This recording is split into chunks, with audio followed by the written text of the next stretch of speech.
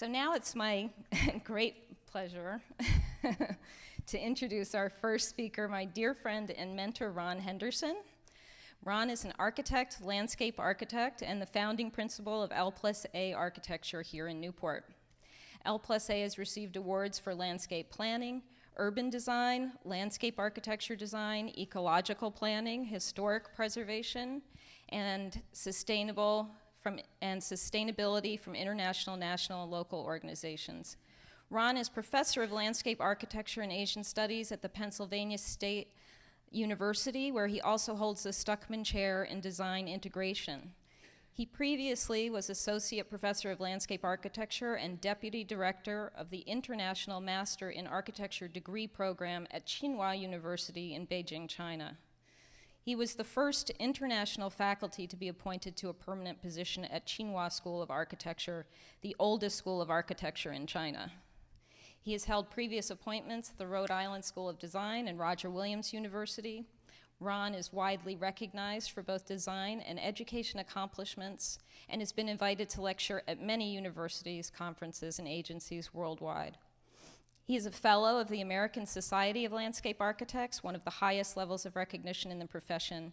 He was the 2012 National Endowment for the Arts Creative Artist Fellow in Japan. His book, The Gardens of Suzhou, was published in 2012 by University of Pennsylvania Press and is funded by a grant from the J. Paul Getty Trust. I'm very pleased to present to you Ron Henderson. Thank you. Thank you very much, Tanya. Let's see. Great. We're off and running. Yes. Turn on. Okay.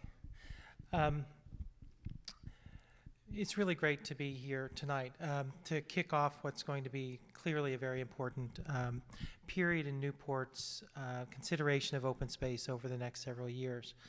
And as Tanya mentioned, there are many, many, many different aspects of open space, and this is kind of a funny one, which is partly the relationship between trees and public space. And we're going to start in Japan. As Tanya mentioned, I spent time in an NEA grant in Japan looking at the relationship between culture and trees. It was great to meet Tina tonight and understand the importance of really the city as an arboreta. So this will probably provide some cultural overlays as well as horticulture and routine kind of maintenance overlays onto the tree collection of Newport would probably be a way that you could look through what it is that I'm going to show tonight. The scene of a cherry blossom viewing party where people drink sake with friends on a red carpet under trees and paper lanterns or inside open tents represents the fundamental character of Japanese architecture. First of all, people come together. I would say that's a fundamental aspiration of open space. People come together to see the cherry blossoms in full bloom, and primitive architecture, the carpet and the tent, is built for the event. It's not that the architecture is there at the beginning. On the contrary, it's the human act of getting together that exists first. It's only afterwards that architecture comes into being to envelop the action. The party reaches its peak when at sunset dusk deepens and the scene is veiled in increasing darkness. Some start singing while others dance to the music. As the night wears on, the people, getting tired of pleasure, take down the tents and go home. It sounds like a Newport event, leaving the cherry blossoms floating in the dark like clouds. The end of the event means the simultaneous end of the architecture as well. This is an essay from the Japanese architect Toyo Ito.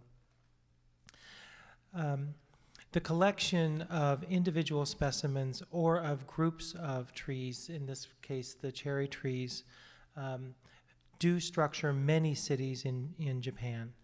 This is a city, Kawazu, with about a 4-kilometer long alley of cherry trees. This is a town of 8,000 people that's visited by 300,000 people in a 3-week period every spring.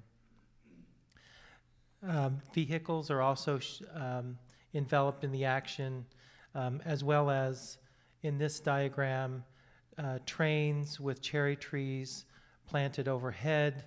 The wind from the train rustles the cherry blossoms, and you kind of go through this cherry blossom petal storm as you ride down the tracks. In investigating the cherry blossoms, I looked at many individual parks throughout the city, throughout the country, to investigate how they are used. So this is Ritzeran Cohen in Shikoku Island. There's a line of cherry trees, a grove of cherry trees, a line of cherry trees, and one cherry tree.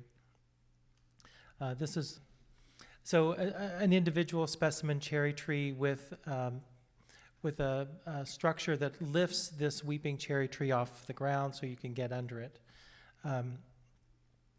This is a particularly compelling place.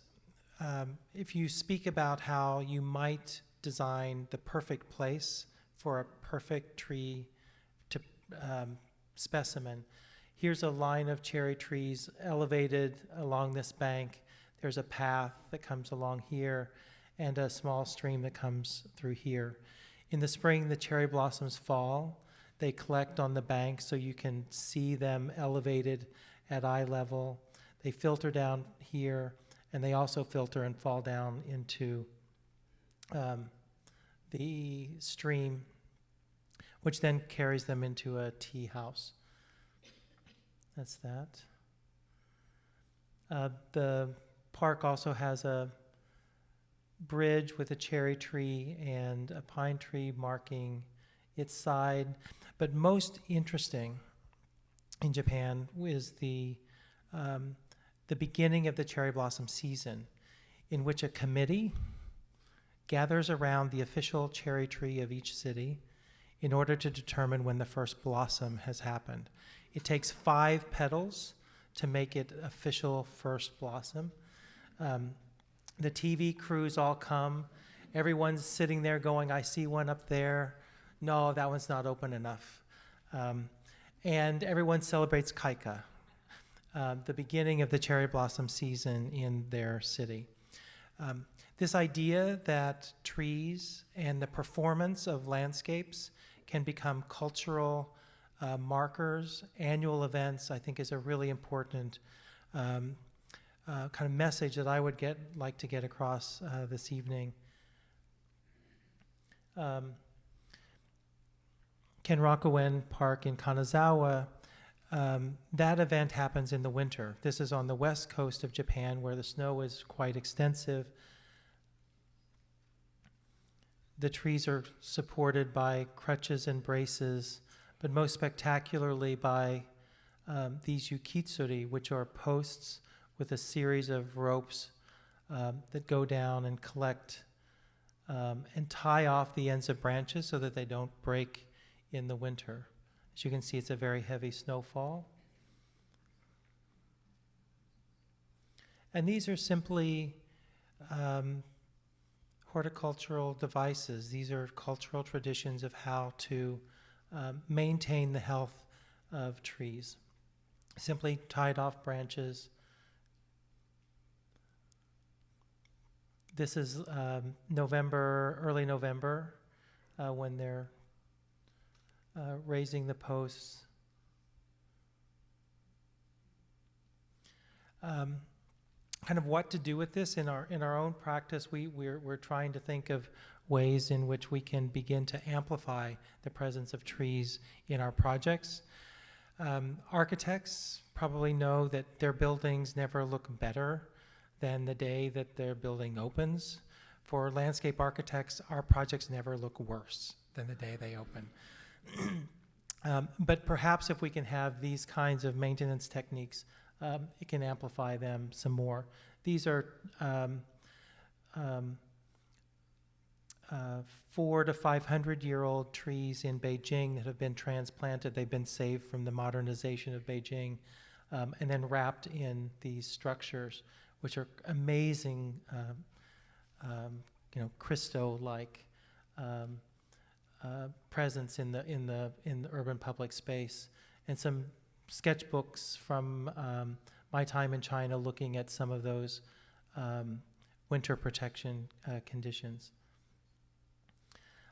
Our work at the Isabella Stewart Gardner Museum, which the new edition opened 2 years ago, one of the places we were looking at is this series of little courtyards, these right here, and we were able to take a kind of nursery mechanism of staking and guying, tied with some of the things that I learned in Japan and China, stick them in this really tough space, and we're able to put a series of 54 almost parvifolia Chinese lacebark elms into that space. And the staking and guying with bamboo and twine begins to amplify the presence of those trees as juveniles. A quick thing on memorial trees. We'll come away from Japan for just a moment.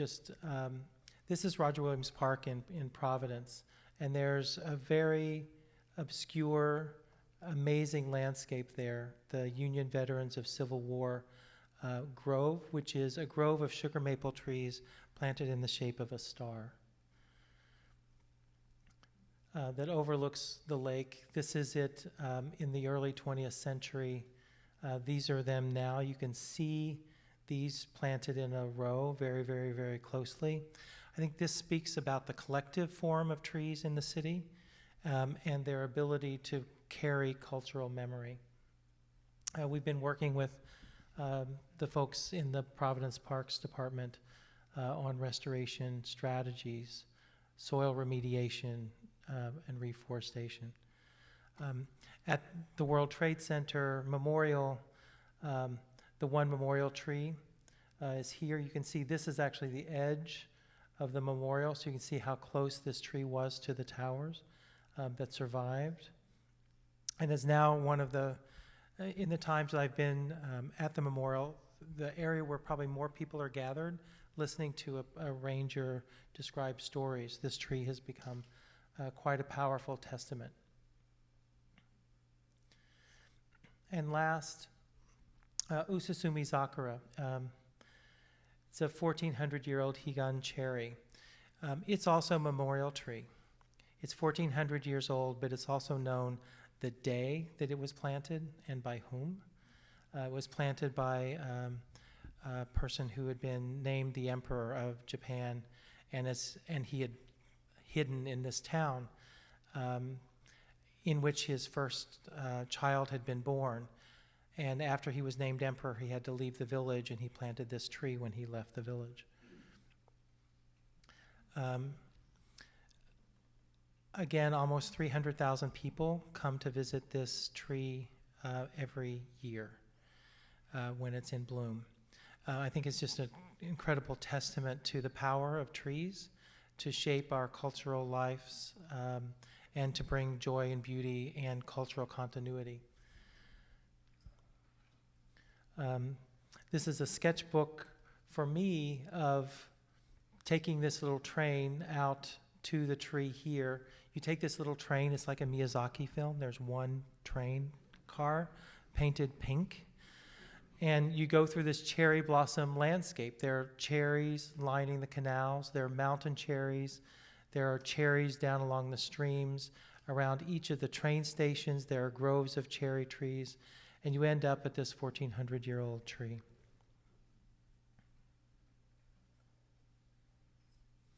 Which then has a series of yukitsuri, which are the posts with the ropes, braces, and then crutches supporting its ancient branches.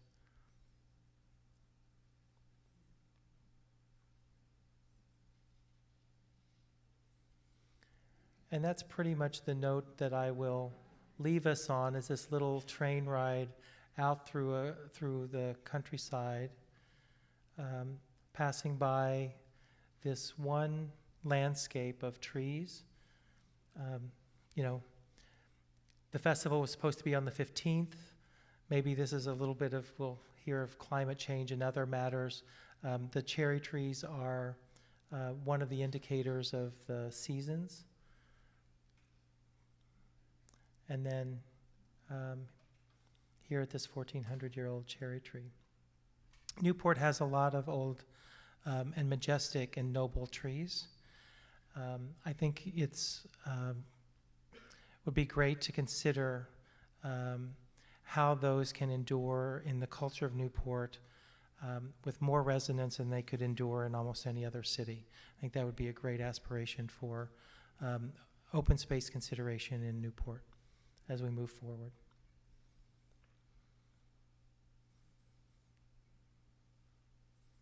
Thank you.